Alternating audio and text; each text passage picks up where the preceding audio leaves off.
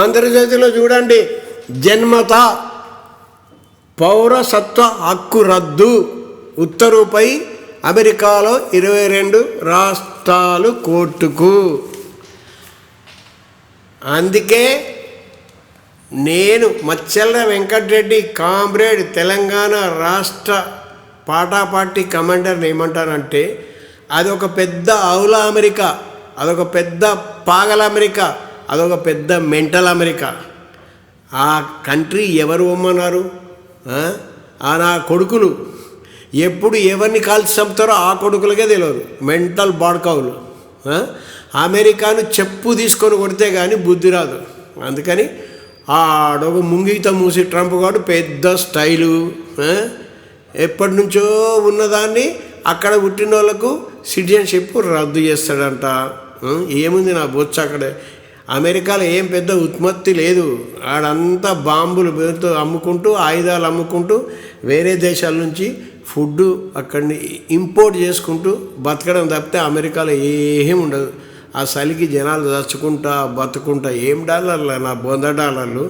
దానికంటే నేను double triple చెబుల్ తెలంగాణను డెవలప్ చేసి చూపిస్తా. పాటా పార్టీకి ఓటేసి అధికారం ఇవ్వండి.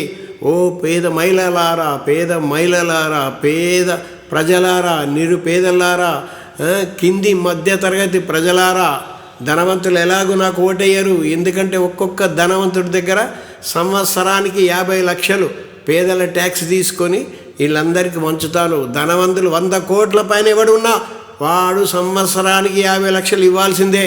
ఎక్కువ మాట్లాడితే ధనవంతుల ఆస్తి మొత్తం అమెరికాలో వీడి జన్మ ఏదైతే హక్కు రద్దు చేశాడో అట్లా ధనవంతులందరికీ నేను ఆస్తి హక్కు రద్దు చేస్తాను. ఎందుకు? ఈ దేశంలో పుట్టి, ఈ రాష్ట్రంలో పుట్టి, ఈ ప్రజలను దోచుకొని మీరు ధనవంతులయ్యి పేదలు నానా అవస్థలు పడుతుంటే బోసిడి కొడుకులారా వాళ్ళు ఏమంటున్నారు? పని ఇవ్వమంటున్నారు, నెలకు 30,000 జీతం ఇవ్వమంటున్నారు, మీ ఆస్తి ఇవ్వమనట్లేదు. మీరంతా చెంచా బాడ్కావులు.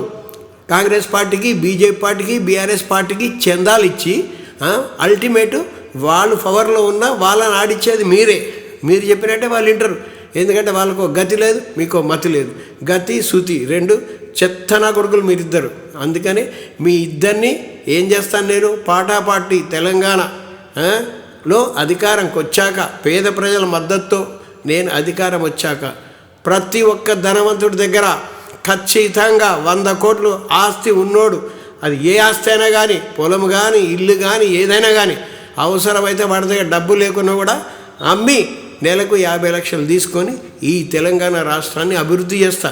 మామూలుగా చేయను. మళ్ళీ ప్రతి ఒక్కడికి ఇంటింటికి కారు ఉండాల్సిందే, ప్రతి ఒక్కడి కంపల్సరీ ఇల్లు ఉండాల్సిందే, ప్రతి ఒక్కడు చదువుకోవాల్సిందే, ప్రతి ఒక్క ఊర్లో హాస్పిటల్ ఉండాల్సిందే, ప్రతి ఒక్క ఊర్లో పోలీస్ స్టేషన్ ఉండాల్సిందే, ప్రతి ఒక్క ఊర్లో కోర్టు ఉండాల్సిందే, ప్రతి ఒక్క ఊర్లో ఊరు కలెక్టర్ ఉండాల్సిందే, ప్రతి గ్రామంలో డ్రైనేజ్ వ్యవస్థ ఉండాల్సిందే.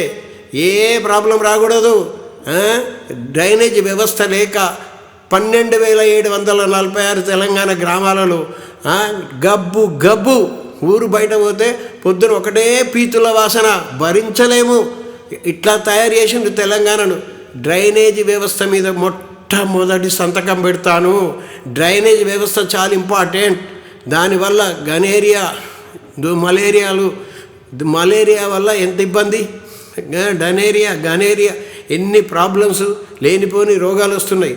ముందు శుభ్రత పాటించాలి, ఆ తర్వాతనే మిగతాయి అన్నీ.